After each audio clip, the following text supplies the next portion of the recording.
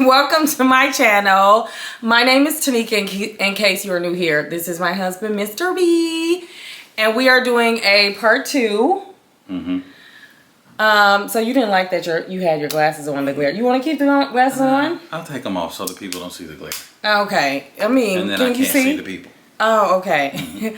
So let's get straight into it. First of all, my channel focuses on fashion and travel and beauty and all the things. And a lot of people ask questions of my husband. I solicited the questions. Okay. So I'm going to ask him some of those questions. And here's the thing. I will also be answering. You guys should know this about us. I'm just saying, I'm extroverted. Mr. B is not introverted. And you know, this is our dynamic. This is our dynamic. She is a very fun, outgoing girl, vivacious, vibrant girl. And so because of that, I do talk a lot. So, and also this is my channel. This is not the Mr. B and Tanika B show. This is Tanika I'm a B plus show. one. You're a plus one. So let's get on with the questions. Pet peeves. The people are messy. They are. So what are some of your pet peeves? I know you have none, but if you had to muster up a pet peeve General for me. pet peeves or specific to you? For me. Oh, if I had to pick one, if I was forced to for a YouTube video or something like that, I would say you could be a little junky. Okay. And that's all I got. That's the only one? I think so. That's good. Yeah, that's it. You're junky. That's good. Otherwise, very lovely. I am very junky. I do not like to clean up. She's not a clean up girl. She will move some things around. She will wipe a counter off. But she's not, no. I do like to watch clean TikTok. Which is fun. Yeah, I do love to watch those videos, but I just don't participate. Right. Yeah, so I don't really participate in cleaning up, but we do have a cleaning lady. And she's very nice. And she's very nice, and she's on her way today because she's not a very clean girl. I wouldn't say that's not bad. Clean. You just don't like to straighten up. I do. Whoa, I do straighten up. I'm saying I don't like to clean. You're not mopping. I'm not mopping. No. I'm not sweeping. No, absolutely not. No. Because people do this for as therapeutic purposes. It's a no for me. But not you. No. No. People ask me who loads the dish rack and stuff like that. They ask you that? Yeah, they're like, well, if you don't like to clean up, who's doing? I'm like, Kennedy loves the dish rack. Well. And Mr. B. Right. Yeah, Mr. B cooks and cleans and things. Speaking of cooking, what are your favorite 3 dishes to cook? Oh wait, actually, I should answer the question about my pet peeves. Oh, okay. I didn't think that you had any. Of course I do. So 2 main pet peeves I have. Number 1 is he will eat anything. Ribs, rib tips. They're delicious. Stop saying rib tips. I haven't had rib tips in years. Coca-Cola. He will drink Coca-Cola. It's delicious. This is the plight of a black woman. Especially past a certain age. We have to be careful with, you know, I'm getting worried about your health. The things that we used to do in our youth, we really can't do like that. I still feel very youthful. I do as well, but I'm just saying. Okay. Father Time says otherwise. So we need to eat better. I agree. Yeah, you need to eat better. He will eat pies, cakes. Plural. No, you will. No, I'm saying. I agree. Listen, he will order a dessert. He always has to have something sweet. You do. And so that is a pet peeve of mine. And that's it? No, that's not it. Oh. The second thing is video games. Bad vibes. Hater. Video games are bad vibes. The anime I can deal with. Next question. No, the video games are bad vibes. Oh, another question that people asked us was how far apart we are in age. Why do they think we have a large age gap? I said we went to college together. We went to school at the same time. Matriculated. Like, we literally were at school at the same time. So we are 3.5 years, 4 years, almost 4 years. Or I think it's 3.5, literally. Yeah, it's 3.5. Yeah. Almost exactly. Yeah, so I don't know what. It's like 16 people asked me that question. Now, do they think you're older than me or? Oh, absolutely not. Absolutely not. Well, now why would they think that? I'm just saying, because I'm not out here grayed up, walking with a walker or nothing. So yeah, but they can't. Oh, please. So you trying to say people think I'm old or something? I'm asking questions. I'm seeking to understand. Okay, so no, nobody thinks that you're younger than me. Okay. Everybody knows that you're older than me. I'm making sure. And everybody knows that. They're just trying to figure out how much older. I think people generally know how old we are, but they're just trying to figure out. You know what I'm saying? Okay. The people want to know. Okay. Don't look. I can't read the question. Oh, okay, good. What do you do for a living? The people want to know. I work in tech. Okay, but the people always want to know. They always want to know if we work together, if you work for me. Not at all. I have worked for the same company for almost as long as Kennedy's been alive. Yeah. Would you ever work for me? No. Not that it wouldn't be lovely. I'm sure it would. Oh, please. Well, I think we probably should have answered this question on like what makes your marriage work. I think for us, and this is not for everybody. Some people are in business together. Yeah. They have a lovely marriage, beautiful marriage, and they have a beautiful partnership. Yeah. I think for us, we like to have our own. I know I do. I appreciate having my own business, and but you help me out a lot. You help me out a lot. This is helping me out. Hopefully. So you help me out a lot. Hopefully the people like, comment, and subscribe.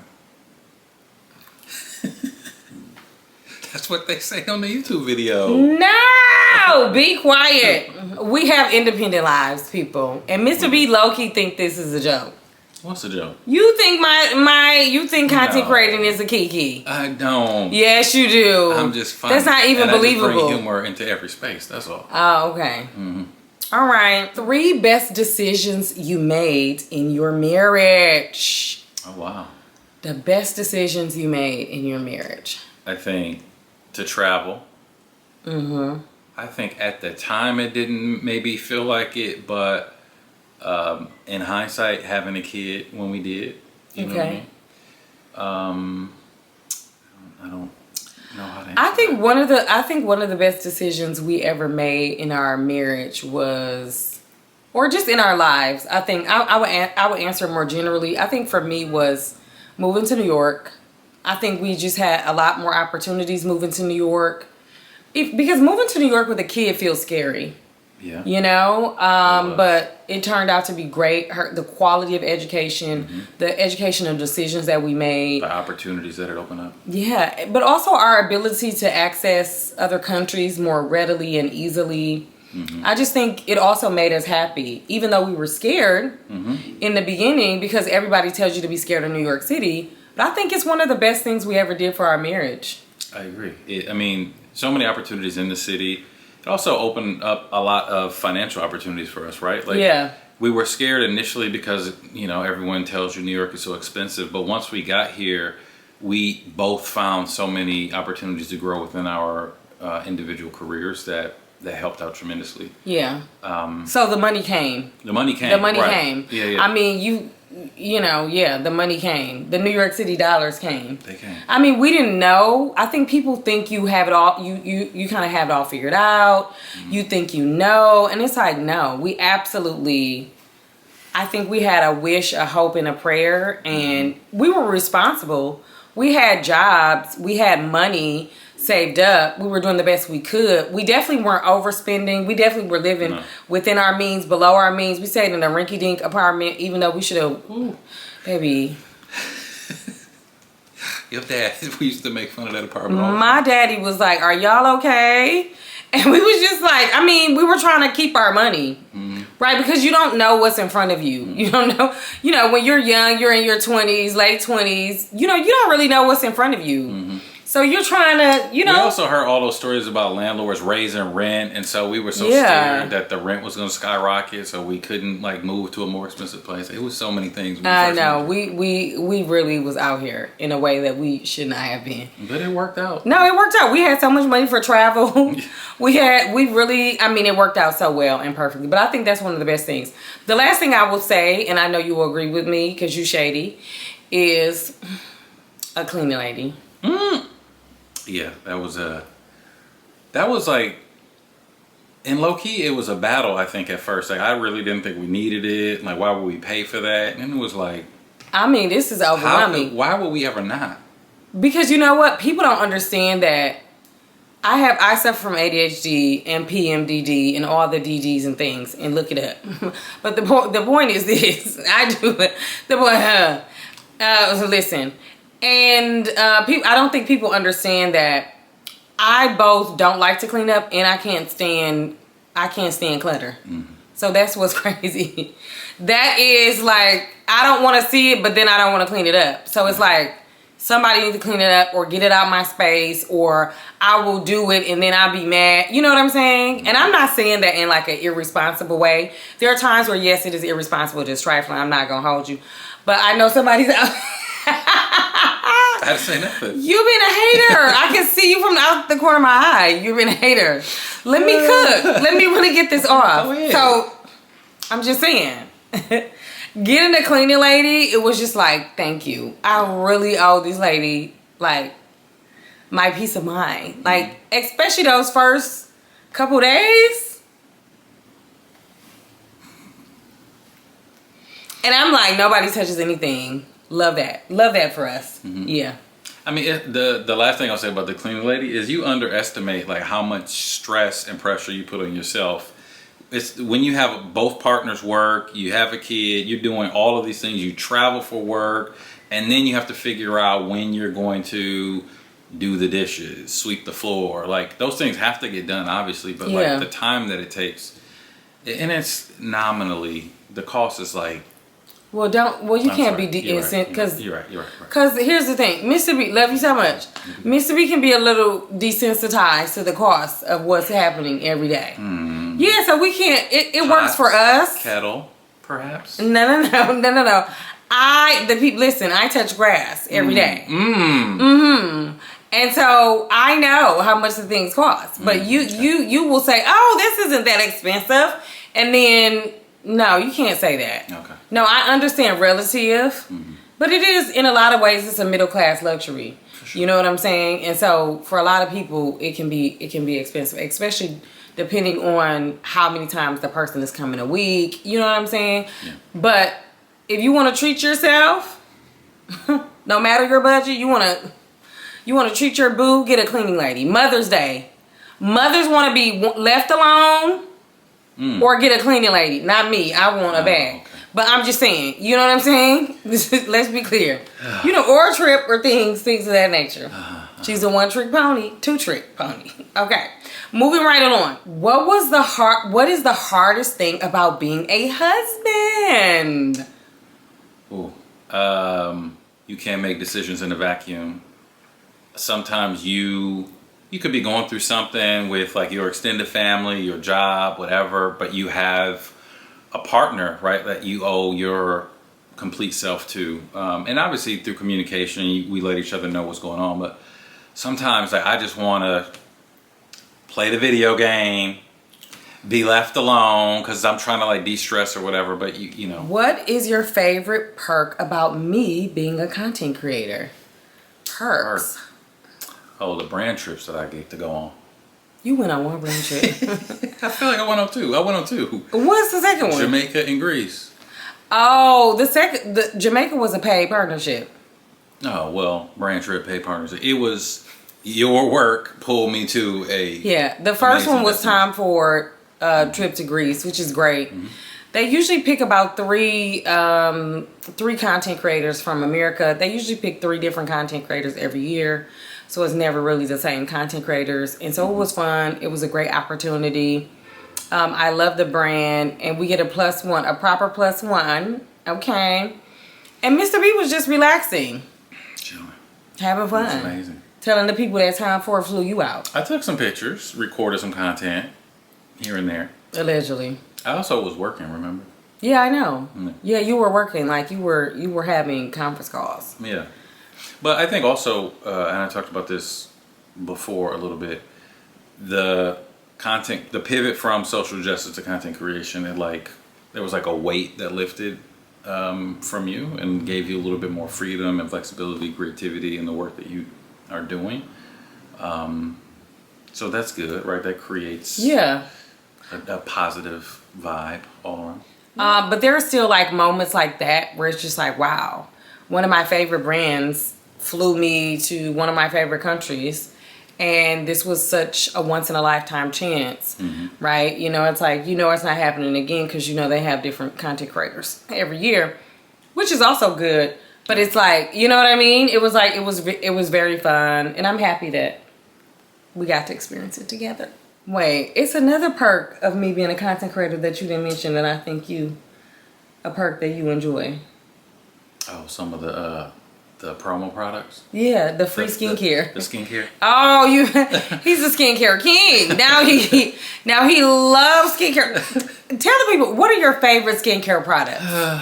Kiehl's. There's so many Kiehl's that I can name. The facial fuel collection, the face wash, the scrub, the moisturizer. Then you have the midnight concentrate serum. They have a niacinamide solution. Yes, we really worked together to get him a skincare routine.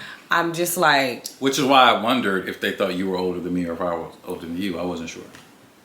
Craziest thing that ever happened to us on a trip. Maybe this is crazy to some, not crazy to others, but I think when we were in Panama and faced very clear racism at like a gift shop, like in a like cruise port kind of area.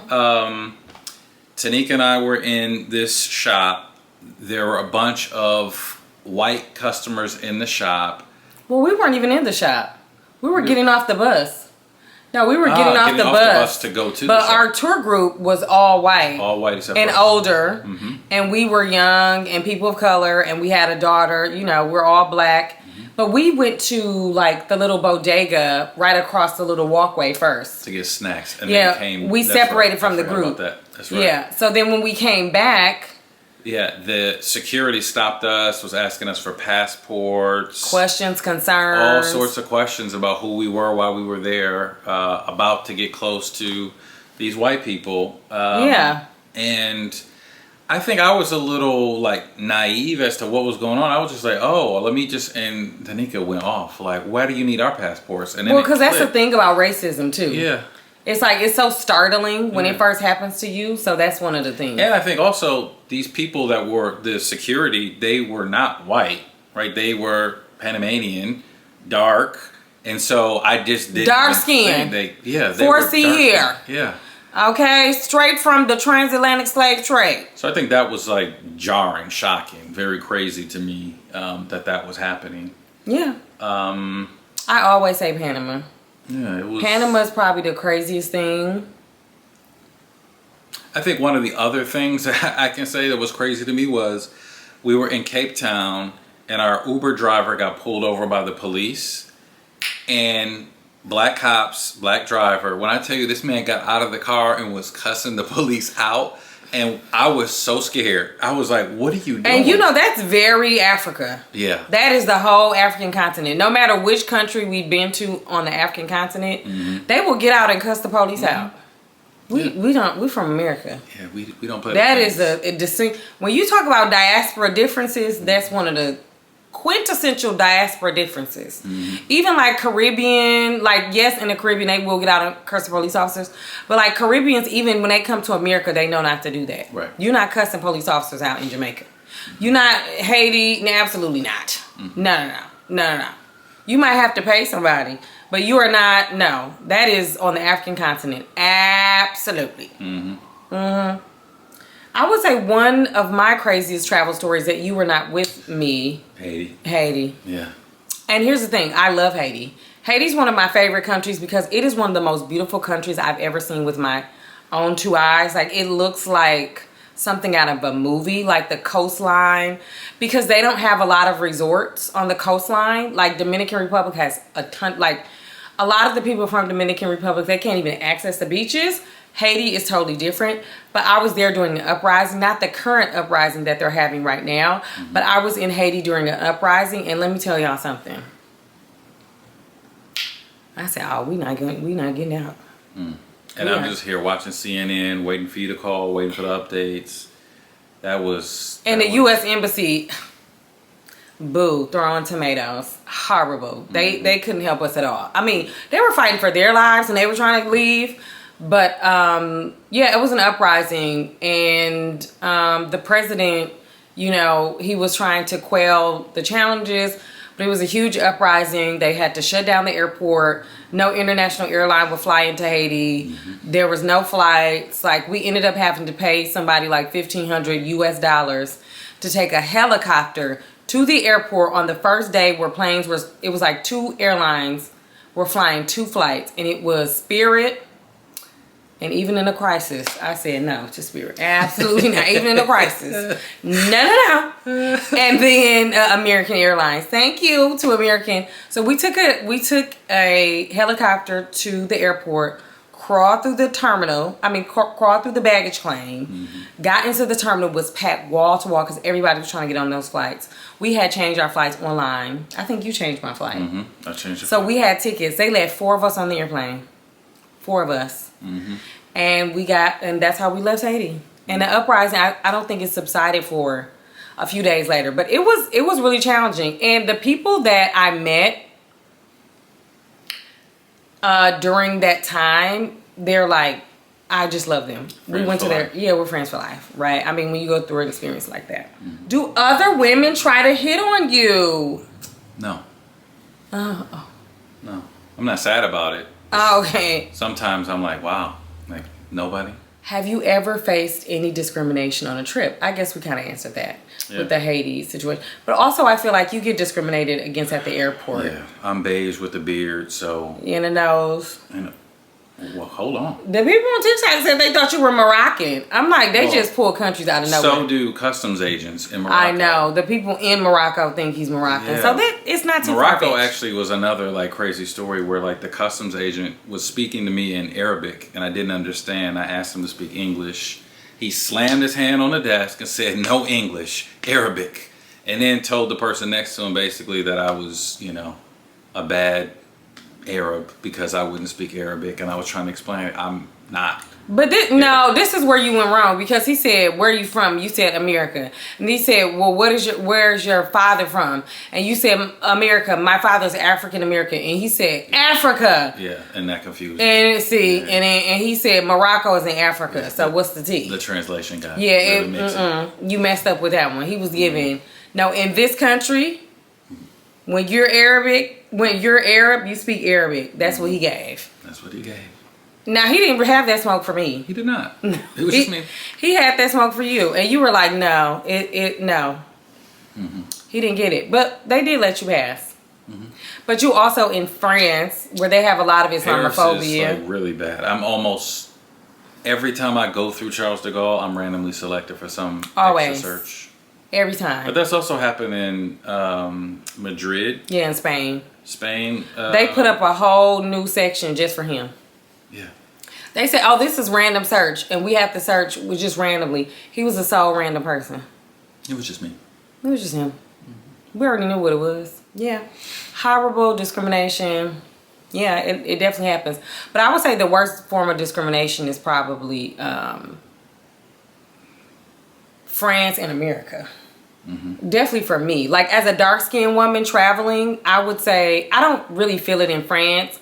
A lot of people feel it in Italy. I don't even feel it in like places like Morocco, but that's because when I travel to those countries, I'm traveling with a man. So I'm having a fundamentally different experience than other dark-skinned women, because men don't necessarily approach other men, right? And they're not catcalling me in front of a man that I'm clearly with. So that's a different experience. But I would say for me, when it comes to discrimination, racial discrimination, I would say Latin America is probably the worst. Because there's so much colorism. You know, it's just so much. It's just a variety of different colorism. I mean, Eastern Europe wasn't the best. It wasn't bad. Child, how did we forget China? We had this whole conversation and forget. China is a... Don't say it. China's a mess. It's a no for me. Mainland China's a no for me. Is it a yes for you? It's a no for me. Now, to be fair, we've only been to Beijing. So maybe Shanghai. For mainland China. Yeah, that's true. Yeah, Hong Kong was lovely. Yeah, Hong Kong is lovely. Beijing wouldn't go back home. Do not recommend. 0 out of 10. What is your favorite perfume on me? Oh. See, this is tough because I don't always remember the names of them. I really like Dior. Is it Grease? Is that one? Oh, Grease Dior. Grease Dior. Oh, that is a good one. I really it's a like very that fresh one. scent. Yeah. I really like that one. I like all the Tom Fords that you have. Yeah. I forget the name. They're strong. They are. And then there's one that you got in Dubai that I have no idea what the name of it is, but it smells so good. The Arabic perfume. Yeah. Well, I think one of your favorite perfumes on me is Pistachio. Oh, well, that's different. That's a whole nother level. That's a whole nother level. This man, first of all, can't keep him off me with the Pistachio. Because also it's a layering. I have the Dove Pistachio body wash. Then I put I'll put it below. And then I put the body cream. And then the Kayali. And they have a bunch of Arab perfumes like equivalent. Or dupes, I guess you would call them. But you love that. He loves it so much, he gonna ask me, can I wipe it on him? Excuse me? All right, now you tell him all the business. Yeah, but is it true? I'm not going to confirm nor deny. The point is, Mr. B, that was a relevant part of the story. You wanted the perfume on yourself. That's how much you love it. Okay, I think this is our last question. Okay. Secret to being faithful. I don't think it's a secret. I think sometimes men overcomplicate this, or maybe I'm oversimplifying it, but I've always been the type of person that if I am committed to a thing, I'm just committed to that thing, and you're not going to sway me from that, right? It's like the I don't drink sort of a thing. Like, I'm committed to being your husband, and I know that a very clear requirement in that is be faithful. So it doesn't really strike me as like even a possibility or an option, right? So yeah. I've never entertained, I've never attempted to talk to another woman. It's just not even on my radar. It doesn't give that. Does it give that? Doesn't give it at all. It doesn't give that. No, it doesn't give that. So if you stuck around this long, thank you so much for tuning in to part 2. Will you be making regular appearances on my channel? I don't know about regular. Maybe like, comment, subscribe, and let me know in the comments if you want more Mr. B features. Love you. That was so... I mean, I don't want to be like a couples channel. Absolutely not. Oh my God. I feel like people who are couples channel, that's like the kiss of doom. But we'll see. We'll see. Maybe I can, because it took a lot just to get him to do this. Child. It's no shade. You listen. But I appreciate it. Love that for us. Please like, please comment, please subscribe. And also hit the bell notification so that you can get more fashion content from me and beauty content from me. But I did want to invite you into parts of our life. Obviously, we can't share everything. I feel like we're super open and honest, but you know, as much as you can be on the internet. But I will see you all in the next video. Bye. You want to say bye? Bye. Bye.